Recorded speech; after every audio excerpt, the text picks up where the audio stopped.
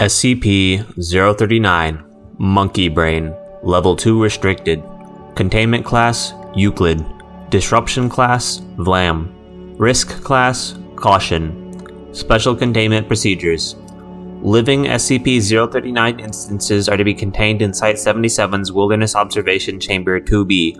The interior and exterior of WOC-2B must be monitored by 2 security guards at all times. WOC-2 is to be inspected weekly for sabotage and contraband. Deceased instances are in refrigerated storage and may be accessed for study upon request. SCP-039-A is... Description: SCP-039 consists of 23 proboscis monkeys, Nasalis larvatus, which have been subject to radical anatomical changes. These alterations are summarized below. 1. Eyes have been removed. New bone growth has filled eye sockets. No remnants of eyelids or eyebrows remain, only smooth skin. 2. Extreme alterations to the mouth. Oral opening is no longer present. No remnants of lips remain, only smooth skin. Jawbone has been fused in place by new bone growth along the joints. Teeth, tongue, gums, and palate are absent, having been replaced by a large deposit of adipose tissue.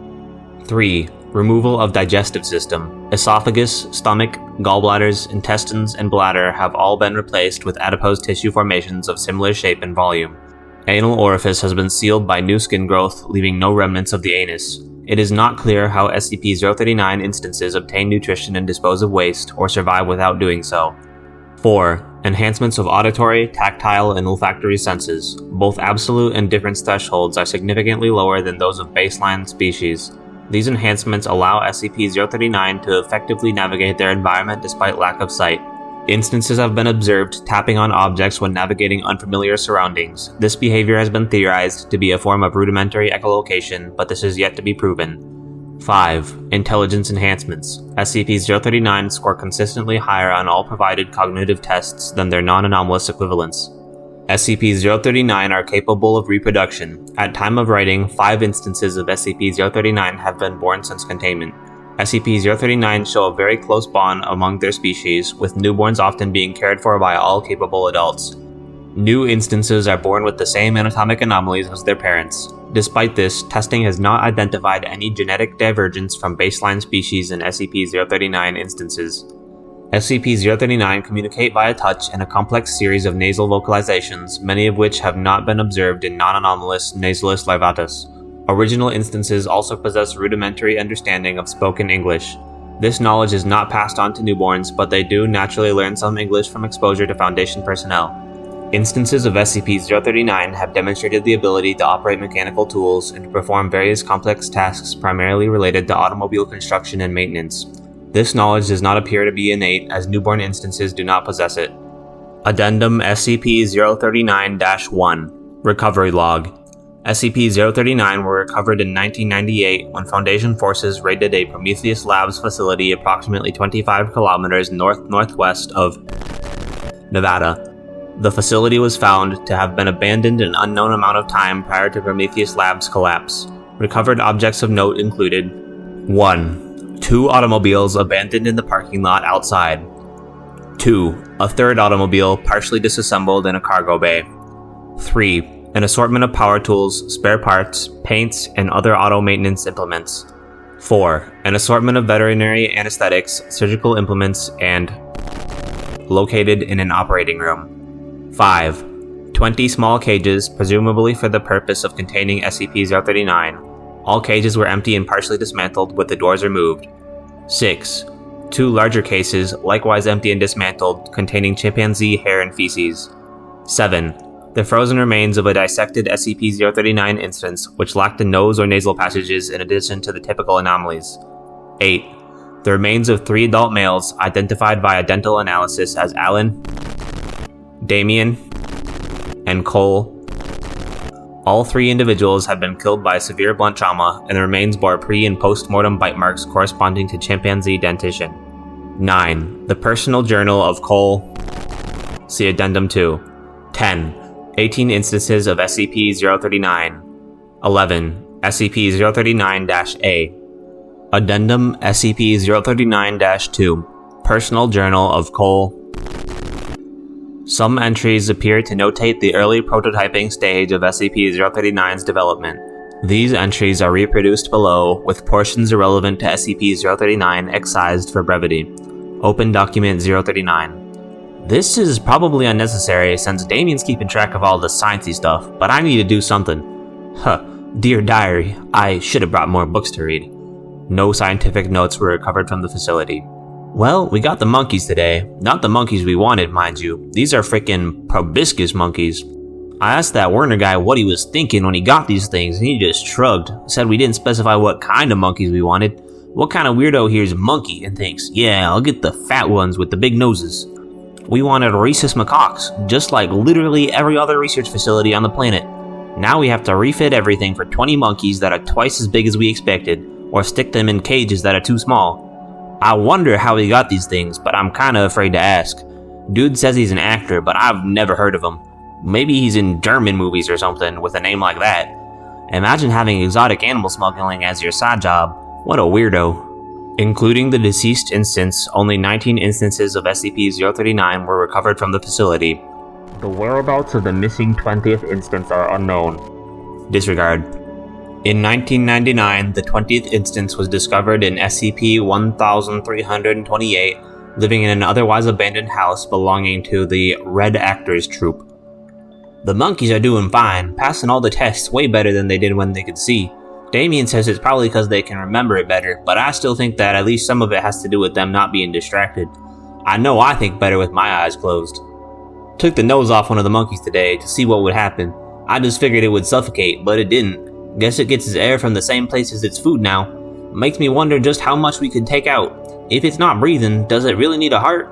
That's about the only internal organ it's got left at this point. Pulling the heart won't improve the intelligence any though, so there'd be no point. Just curious. The one with no nose isn't moving anymore. We thought he was dead at first, till we checked for a pulse. Poor guy must be depressed. I'd be pretty unhappy too, I guess, if I couldn't see or talk to any of my friends, but I could still hear them around me. If he doesn't shape up soon, we'll have to dissect him, see if we can figure out what happened. We're gonna leave the noses on the rest of them so this doesn't happen again. Called Werner, ordered some chimps. I made sure he knew exactly what animal I was talking about, so he didn't show up with a fucking baboon or something. Dissected the noseless one today.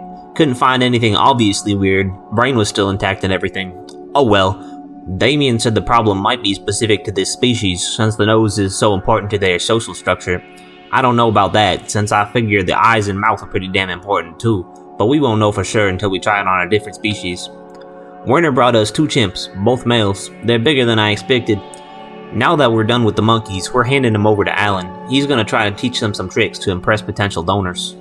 Alan says the monkeys are learning quick. I question the wisdom of teaching monkeys to use power tools, but Alan says they don't seem interested in getting up to mischief. Monkey business, anymore. Must be the procedure. Decided to start with the nose instead this time to see if that monkey really freaked out because it couldn't communicate or because sanity is somehow dependent on the nose or some shit.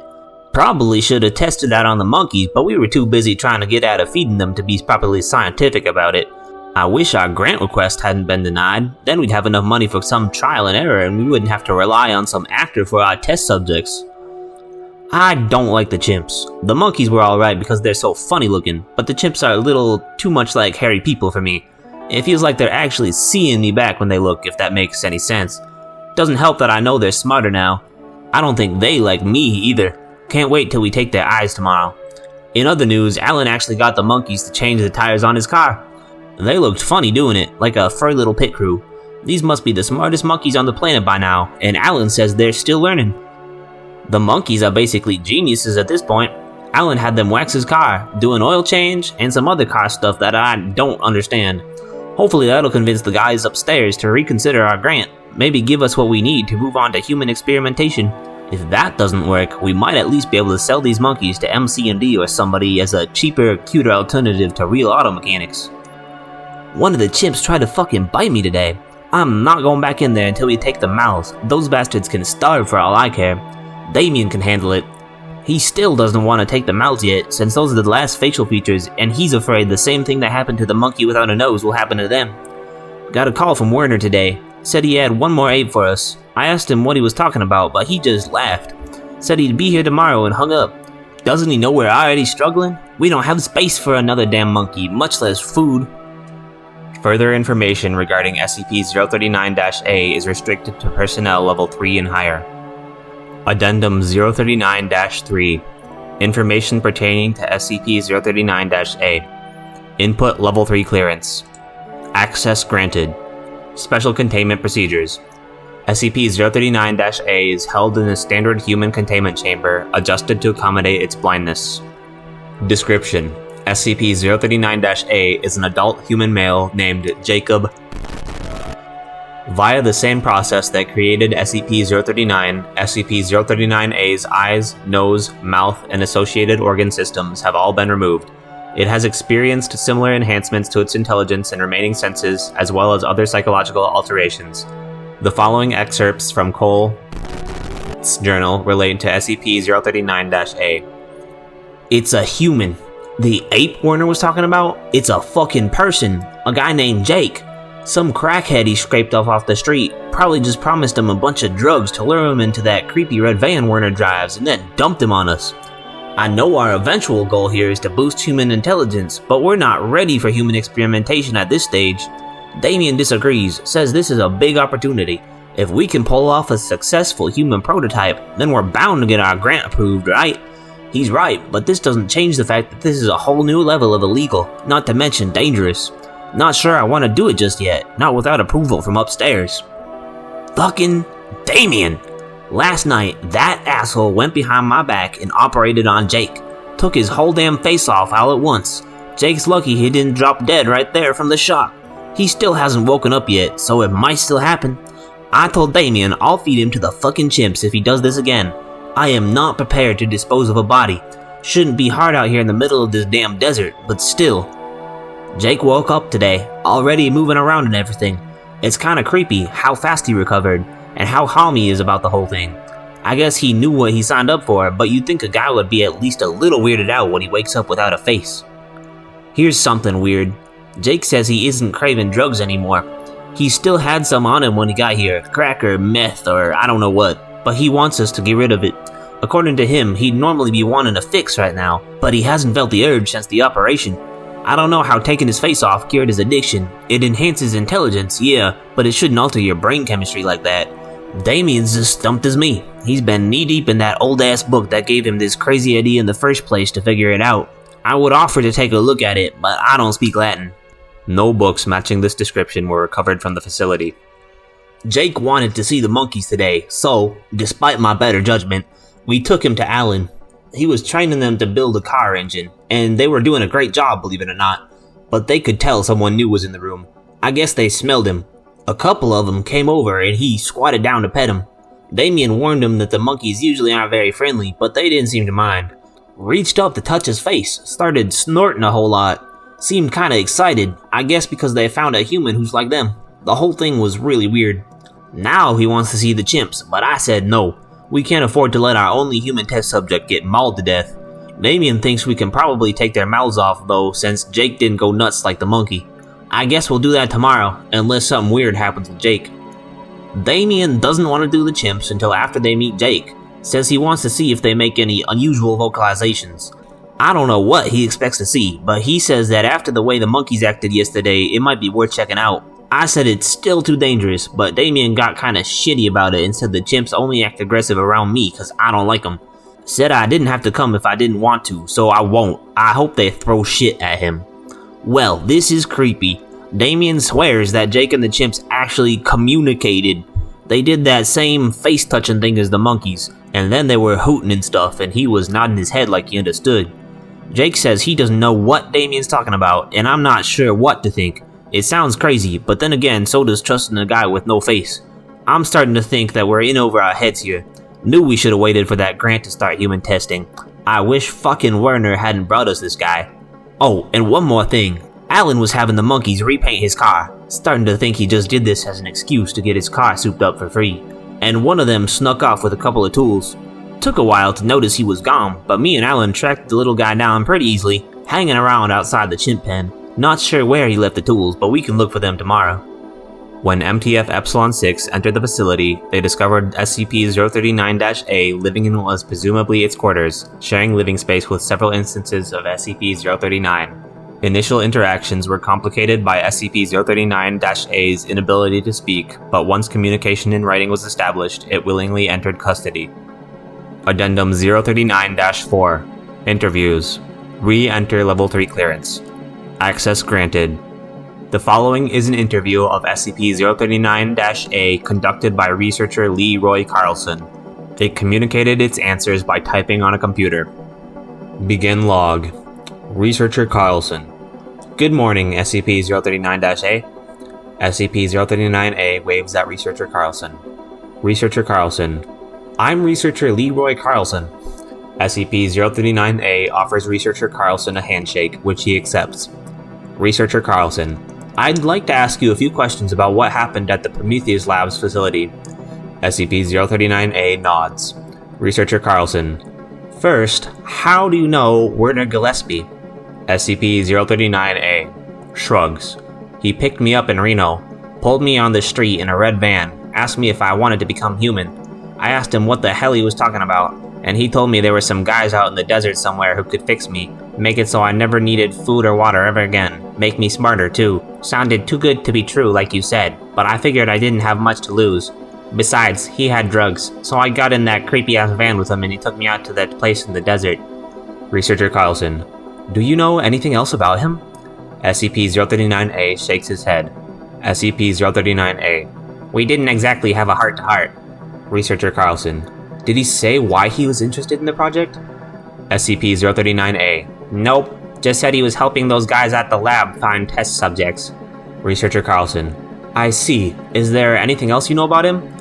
SCP-039-A. He said he was an actor. Oh, and the van had Florida plates. Researcher Carlson. Have you had any contact with Gillespie since he brought you to the facility? SCP-039-A. Nope. Researcher Carlson. Are you sure? There seems to be some objects missing from around the laboratory, and 2 chimpanzees. SCP-039-A. I'm sure. The chimps left on their own after they killed those guys. Figured out how to open a door and ran off into the desert. Probably died out there since they still needed food and water. Researcher Carlson. Then why didn't you leave the facility? SCP-039-A. Hey, just because I don't need water doesn't mean I can't have a heat stroke. Didn't need to worry about finding food or anything, so I decided to stick around. I figured somebody would find me eventually. Too bad it was you guys. Researcher Carlson. Do you know anything about books or research notes that the scientists who operated on you may have had? SCP-039-A shakes its head. Nope, like I said, I was just a test subject. Researcher Carlson. Interesting. While we're on the subject, how exactly did the chimpanzees escape their cages? SCP-039-A shrugs. Beats me. Cole probably forgot to lock the cages or something. Researcher Carlson. SCP-039-A. Even smart people make mistakes. Researcher Carlson. I suppose. Note. He's lying. I'm requesting the use of enhanced chemical interrogation techniques. Researcher Carlson. SCP-039-A. You don't believe me, do you? Researcher Carlson. I'll ask the questions. Thanks. SCP-039-A. Will you, or are you just gonna stand there and write? Researcher Carlson. I'll write as long as I want.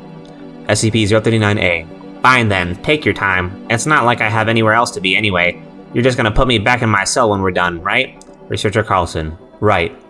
SCP-039-A removes its hands from the keyboard and leans back with them behind his head.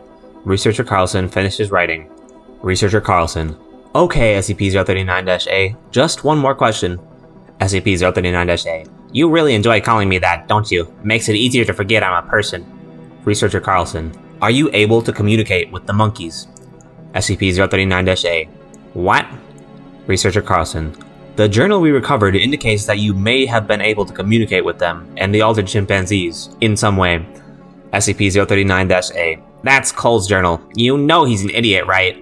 Not to mention a dick. He didn't like me or the chimpanzees. Researcher Carlson. Are you saying you can't communicate with other SCP-039 instances?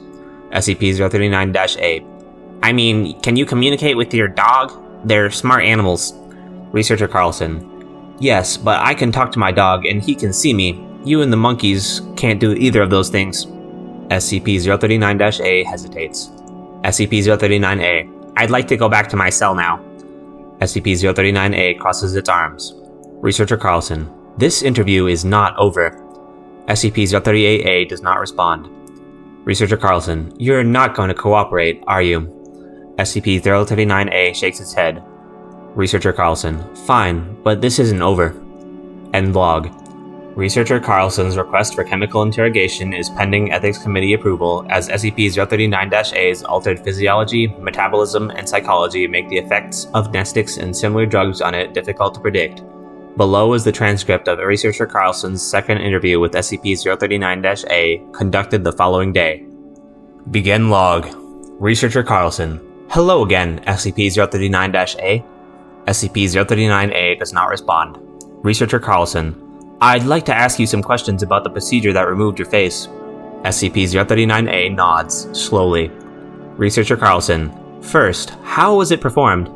SCP-039-A, what do you mean? Researcher Carlson, was it a surgical operation? A magical ritual? Were you genetically modified? SCP-039-A shrugs. They didn't tell me the specifics, and I was out during the operation. Researcher Carlson, you didn't ask? SCP-039-A shakes head. It's not like I would have understood the science anyway. They just told me it would make me smarter and I wouldn't have to eat anymore, and that I'd go blind, but my hearing would get better so it wouldn't be so bad. Researcher Carlson, and you agreed to this? SCP-039-A nods. You would have too. Researcher Carlson, what makes you say that? SCP-039-A thinks briefly. SCP-039-A, rough estimate, how much money do you spend on food every month? Groceries, restaurants, everything. Researcher Carlson, a couple $100? It varies. SCP-039-A, now imagine that you still had those $100 every month. That's more than 1,000 a year. What would you buy with that? Something that you want but don't have right now because of your budget. Researcher Carlson, well, I've been trying to complete my rare coin collection. SCP-039-A, cool. So just think, if you didn't have to eat, you'd have all those rare coins. Researcher Carlson, well, yeah, but I like eating. SCP-039-A, or do you? Or is that just your biological need to eat, tricking your brain into enjoying something it doesn't really have a choice about? Researcher Carlson, of course I like eating. I mean, maybe not always, but when I go to a fancy restaurant or something I do. SCP-039-A, okay, fine, let me put it like this. You want to lose some weight, right? Researcher Carlson, what? Researcher Carlson looks down at his body. SCP-039-A, just guessing, most of you people do. Researcher Carlson, us people? SCP-039-A, people who can afford to eat. Before I got my face off, I only got to eat if I went to a homeless shelter or fished something out of the trash. But you have the opposite problem, don't you? Eating too much. Researcher Carlson, well, I suppose so. SCP-039-A, now imagine if you never had to worry about that. If you didn't have to try and fail to exercise self-control when you reach for one more piece of cake, or one more deep-fried whatever, because you can't eat, but that doesn't bother you because you don't want to anyway. Pretty soon after your operation, your body will naturally reach a healthy weight, but you can still build muscle. Heck, I was skinny as a post before I got rid of my face. Now look at me. Researcher Carlson, I think I'll stick with my diet. SCP-039-A, how about this then? How much time do you spend eating every day? Researcher Carlson, look, I just want to know more about the procedure. This isn't necessary. SCP-039-A, you wanted to know why I volunteered, didn't you? I'm trying to explain it to you, or do you not really want to know? Researcher Carlson sighs. Fine, carry on. SCP-039-A, so how much time do you spend on eating? Researcher Carlson, I don't know, maybe an hour total? SCP-039-A, and how much time do you spend cooking, shopping for food, driving back and forth to the place where you shop, bringing in the groceries, putting them away, or when you go to a restaurant, how much time do you waste deciding where to go, driving out there, waiting for your table, waiting to order, waiting for food, waiting for the check? And then after you eat, how much time do you spend shitting every day? How much of your life is wasted sitting on a toilet, wiping your own ass, smelling your own shit like an animal? Do you have any idea how much of your short life is wasted fulfilling base biological needs? How much of that stuff you want to do with your life never gets done because you're too busy doing what you have to do? Researcher Carlson sighs. I understand that, but I like my face where it is. SCP-039-A shakes its head slowly. SCP-039-A, well, maybe if you were in the shoes that I was in, you'd think differently. From where I was, a face was a small price to pay. I don't guess it matters now, though, since I'm in a box. Researcher Carlson, I'm sorry about that, but surely you can understand the kind of uproar a man with no face would cause if we let you just wander around in public. SCP-039-A hesitates for several seconds, fingers hovering above the keyboard. SCP-039-A, did you have any other questions? Researcher Carlson, well, we're wondering if you've experienced any other psychological changes. The monkeys showed much higher cognitive performance than unaltered ones, and we want to know if you've experienced anything similar. SCP-039-A, definitely. It's a little more complicated than just being smarter, though. Researcher Carlson, how so? SCP-039-A, well, it's all about attention. I can hear better now, what with the... SCP-039-A gestures at the upper half of its face. But I also listen better, if that makes any sense, because I'm not distracted anymore. I never realized it before, and you probably don't either. I'm not sure anybody can if they still have a face, but people are always distracted, thinking about 1,000 different things, worrying about your job, or lack of one in my case, trying to figure out what you're gonna have for dinner, or where you're gonna sleep, how you're gonna get your next fix, whatever that is for you. But I don't have to deal with that anymore, so I can pay attention, really pay attention when I'm listening, and remember all of it. And when I'm thinking, trying to solve a math problem or something, I can concentrate, really concentrate. It's like the difference between being sober and being drunk. Researcher Carlson, speaking of which, the documents we found indicate that you were addicted to drugs before the operation. SCP-039-A, I was a crackhead before they took my face off, but I haven't craved it even a little bit since the operation. Didn't even withdraw. That's interesting to you, I imagine? Researcher Carlson, yes, it is. Do you know why this is the case? SCP-039-A, not scientifically. Seemed like Damien and the other guys didn't expect that, but I do know... SCP-039-A pauses briefly. SCP-039-A, intrinsically, spiritually, I can feel it, if that makes any sense. Researcher Carlson, can you explain this feeling? SCP-039-A, it's simple really. It's like what I was talking about with the food. Now that my face is gone, and a whole bunch of my organs too, I don't know which ones exactly, but most of them, I'm cut off from that. Researcher Carlson, from what? SCP-039-A, urges, base instincts, the monkey brain. Before, my body craved things. Food, water, sex, drugs, booze. I could barely think, really think, the way I do now. But not anymore. When they removed my face, they removed the monkey. Now it's just me in here. SCP-039-A taps its forehead. SCP-039-A, just a rational human being in complete control of himself. End log. End file.